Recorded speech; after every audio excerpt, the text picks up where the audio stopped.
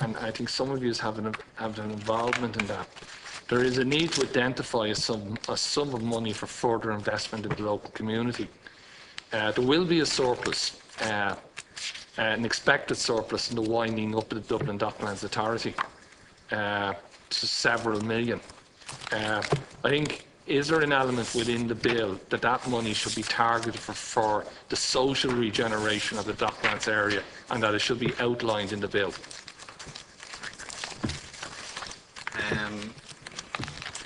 The provisions within the bill, firstly, in the event of a surplus, allow the Minister by order to dispose of surplus to a body or an organisation.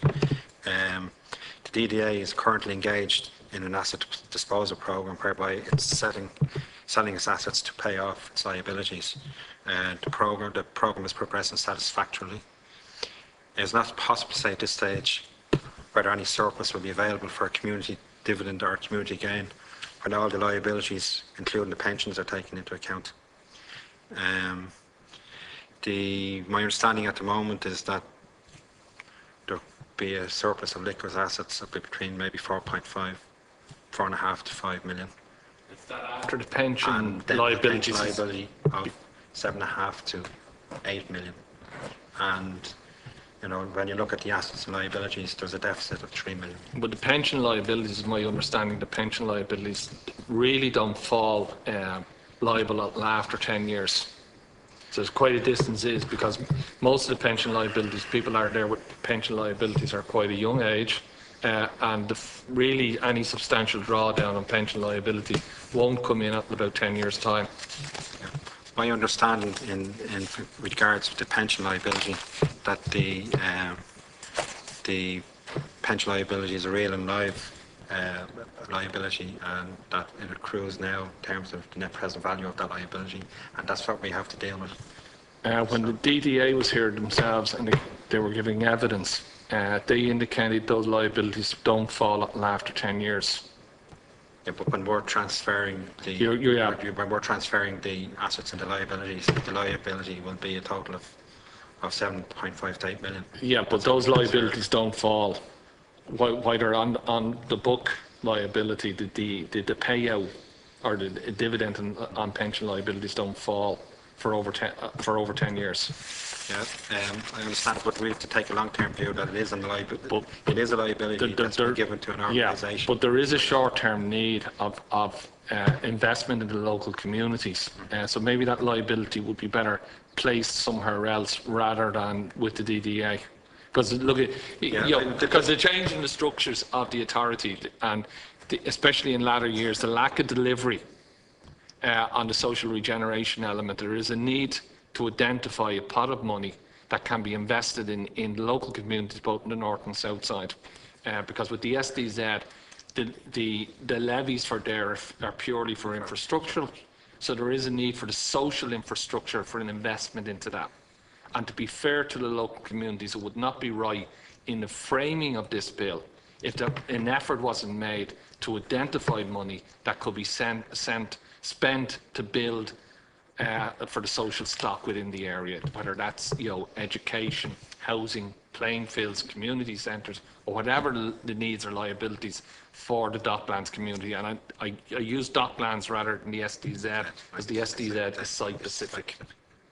And what my fear of it is, if we purely look at the dissolution of the bill, you will see affluence next door to poverty without a social plan to bring up to an equal playing field. You will have high-end apartments, $500,000, $750,000 to local authority housing with very little investment.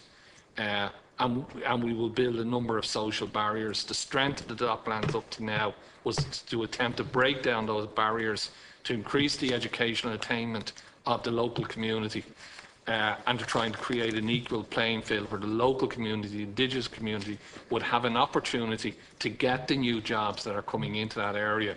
So this bill would be weakened if it doesn't take on its social regard in that element.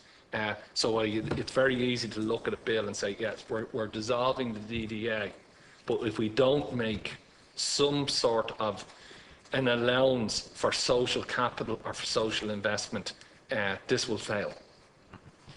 So, like, as officials, and thing is, I'm giving you what I'm kind of hopefully saying is my policy position, rather than the pure technical thing of dissolving the DDA, and both has to be carried out at the same time. Yeah. Okay. I think when we get to final dissolution, any transfer of money is going to be a policy decision for the minister, and as said, with the consent of the Minister for Public Expenditure and Reform. And as said, there's flexibility in the bill in that would be provided for by ministerial order. So there will be consultation with the Department of Public Enterprise and Reform on the pension liability and the assets. Okay. Deputy Mulhern? No. Do you want to add anything further? No. Just thank you for the opportunity. No, well, can I thank you for attending this evening? And I think from this, the committee intends to develop a report, and maybe you would review the evidence that's been given by a number of bodies over the 2 to 3 days we've sat. Again, when I would ask you to take back very strongly is that there's a living, thriving community within the Docklands area. And while we are dissolving the DDDA, we have to ensure in some mechanism and manner that that community is developed and is in some way allowed to blossom in getting an opportunity to participate in the economic recovery of the area. And I think in any bill that's developed, that must be the most critical element of it, is that we make sure that the Indigenous community can share in the economic gains that's happening within the Docklands area.